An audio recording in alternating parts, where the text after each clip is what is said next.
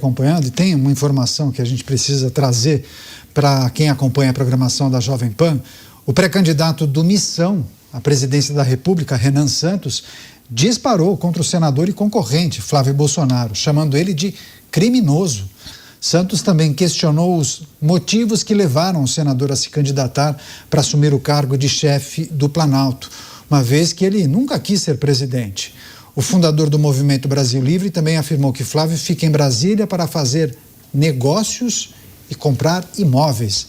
Vou começar essa rodada com o Bruno Musa. Renan Santos, que é o pré-candidato do Missão à presidência da República, assim, usando palavras pesadas, né, contra Flávio Bolsonaro.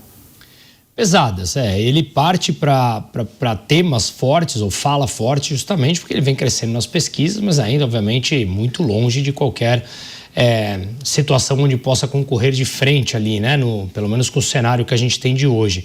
Então tem alguns pontos. Nós tivemos a oportunidade aqui, eu fiz um programa, uma vez entrevistei aquele, tá na roda, pode ser, aqui, e entrevistamos o Renan, e ali ele me pareceu uma pessoa que tem boas ideias, mas eu acho que ainda é bastante novo para o cargo e me pareceu ali bastante, digamos, confiante nas suas próprias ideias, até demais da conta, por sinal. Mas ele ao longo do tempo, toda a sua cronologia aí na história dele, ele tem algumas falas e posicionamentos bastante contundentes, não apenas contra o Bolsonaro, mas ele também já teve alguns posicionamentos ao lado do judiciário brasileiro em meio a todas essas arbitrariedades. Mas, de novo, analisando individualmente, eu acho que ele tem algumas ideias importantes, diminuição ali do montante de municípios, diz que quer diminuir o tamanho do Estado, mas, de qualquer maneira, eu acho que falta ainda muita bagagem, ele é um bom comunicador, mas eu acho que ele precisa tomar cuidado com o que ele fala. Quando ele coloca como criminoso, no meu entender, no meu pouco entender no campo jurídico, ele precisa comprovar o que ele está falando, né? Se de repente isso for solicitado a ele. Então, eu acho que ele tem um longo caminho pela frente e ele está escolhendo justamente bater de frente para chamar a atenção. Pois é, o Bruno Musa mencionou que Renan Santos é muito jovem, ele é de fevereiro de 84, tem 42 anos de idade. Mota, essa manifestação de Renan Santos foi feita em uma entrevista concedida ao portal My News. A produção acaba de me informar. Mas qual é a sua leitura a respeito desse posicionamento? Estratégia eleitoral acabou ganhando destaque por conta dessas falas contundentes? A política sempre teve um grande componente de espetáculo, né? E com a internet, com as redes sociais, muitas vezes a política é tudo. O espetáculo é tudo na política, né? E uma das táticas que mais dá resultado em uma campanha eleitoral é você atacar o candidato favorito, atacar quem está na frente. Isso contribui muito para o espetáculo, isso chama atenção e pode criar em alguns eleitores uma boa impressão. Mas a gente não pode esquecer o que disse Abraham Lincoln. Você pode enganar todas as pessoas por algum tempo e você pode enganar algumas pessoas o tempo todo, mas você não vai conseguir enganar todas as pessoas todo o tempo. Dávila, não existe um código entre os pré-candidatos ou regras que não estão escritas e talvez Renan Santos em alguns momentos ultrapasse essa linha invisível que existe nas pré-campanhas e até nas campanhas eleitorais? O Mota tocou numa palavra que eu gostaria de pegar aqui como um gancho para começar o meu comentário: o espetáculo. O Vargas Llosa escreveu um livro fantástico chamado A Civilização do Espetáculo. Tudo virou um espetáculo, virou um grande teatro, virou um grande palco. E aí, nesse palco, cada um representa um papel. E, evidentemente, Renan Santos está representando o papel, né? Uma hora ele quer ser o Milei, outra hora ele quer ser o Espriella, sei lá, ele fica em vários estilos. O problema dessa grande sociedade do espetáculo, essa civilização do espetáculo, no qual certamente Renan Santos tem excelentes características para ser esse persona de rede social, mas falta aquilo que eu sempre menciono aqui no programa. Cadê as propostas? Onde é que está a discussão de proposta? De novo, Olhem para as candidaturas, essas consideradas outsiders que venceram a eleição. Olhe para a candidatura do Milei, sempre colocando o dedo na ferida, discutindo propostas. Sim, tinha a parte do espetáculo, motosserra, tal, mas tinha substância na discussão, tinha coragem para colocar o dedo na ferida. Olha o Castro no Chile, vem cortando, reduzindo o tamanho do Estado, diminuiu a carga tributária de empresas, vem fazendo coisas e sempre disse na campanha que ia fazer. Olha o Spriella, acabou de ganhar na Colômbia, o que está dizendo? Vou acabar com a criminalidade, vou voltar a fazer isso aqui, ter economia de mercado para valer, respeitar a propriedade privada. Então, assim, Canhato, ele teve sociedade de espetáculo, lógico que teve sociedade, o conteúdo de espetáculo, mas teve substância. Cada um se apresentou como aquele que ia resolver um problema que causa muita dor na sociedade. Na Argentina, mais de 300% de inflação. Na Colômbia, a questão da segurança.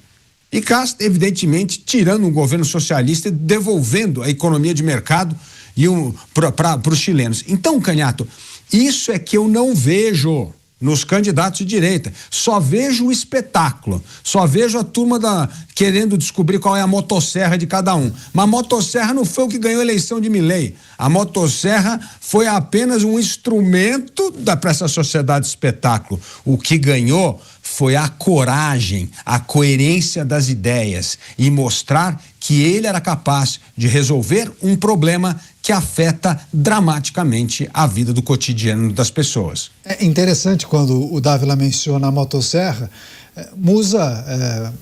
Milei se apresentou num primeiro momento para muitos como um personagem, ganha atenção, consegue entrar no celular das pessoas, na televisão, e aí as pessoas começam a entender um pouco daquilo que ele desenhava e sugeria para mudar a Argentina.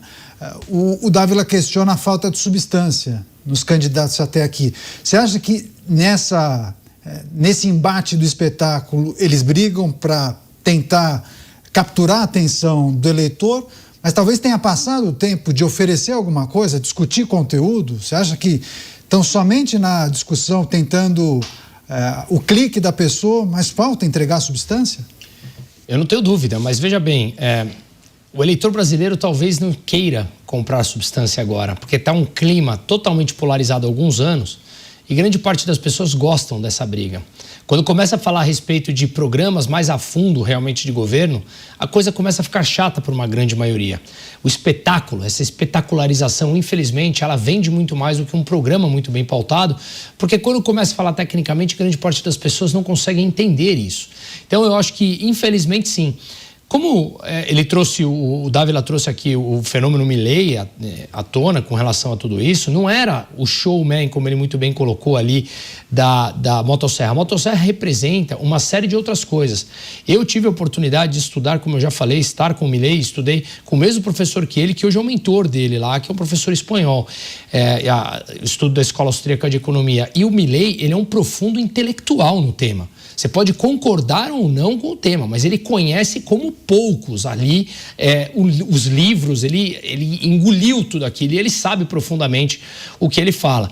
Agora, uma das coisas nessa espetacularização que me deixa bastante claro que houve isso e que há isso, eu vou lembrar de um post em que o próprio Renan, que é o nosso tema agora da conversa agora, escreveu em abril de 2024, quando ainda estava no auge daquele processo todo do judiciário sendo protagonista por completo das vidas e da censura no Brasil. Abre aspas porque o Renan escreveu: esse papo de que não devemos permitir o banimento de contas pelo STF soa muito como um viralatismo patético.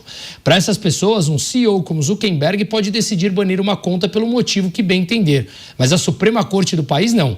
Gritar que o STF pratica censura dá, sem dúvida, bastante clique.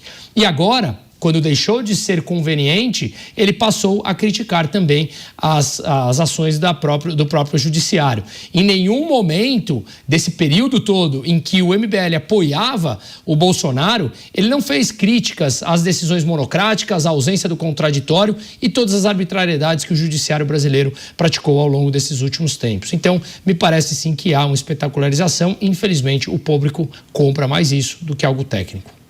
O Mota sempre gosta de discorrer a respeito da ausência de conteúdo, mas dizendo, é assim mesmo que funciona já há muitos anos, né, Mota? Me desculpem insistir nesse ponto, mas eu vou dizer mais uma vez, eu não conheço nenhum eleitor que compara os projetos, os programas, né? Os partidos, os candidatos a presidente costumam publicar aqueles documentos com 80 páginas, 200 páginas. Eu nunca conheci nenhum eleitor que lesse, botasse um ao lado do outro, fizesse uma planilha, deixa eu pontuar aqui para ver em quem eu vou votar. Isso não existe, né? Os maiores conhecedores de marketing político, de eleição, de ciência política confirmam isso. A decisão do voto é essencialmente uma decisão emocional. É uma decisão que você toma baseado em coisas que você já sentia antes, né? Então, se você é de direita, você não tem dúvida em quem você vai votar nessa eleição. Se você é de esquerda, você também não tem dúvida. Só quem ainda está no meio, eu acredito que um pequeno percentual da população brasileira ainda não sabe se é de direita ou se é esquerda, esses ainda estão em dúvida. As pessoas tomam as suas decisões de voto baseado na aparência do candidato, na recomendação de alguém. Isso para deputado, para senador, né, para vereador, que a quantidade de candidatos é maior. Então, essa falta de ideias, falta de propostas, que é absolutamente gritante em alguns candidatos, né? Se o sujeito se coloca inequivocamente como sendo de direita ou de esquerda, você já pode deduzir quais são as propostas dele, né? Ninguém é de esquerda e é a favor de menos impostos. Isso não existe. Eles querem mais impostos, um Estado grande, para poder tomar conta de todo mundo. Agora, esses candidatos que não são nem de direita nem de esquerda, que querem renovar, querem trazer coisas novas, isso é um reempacotamento de uma coisa que a gente já viu muitas vezes e que não deu certo, chamada de terceira via.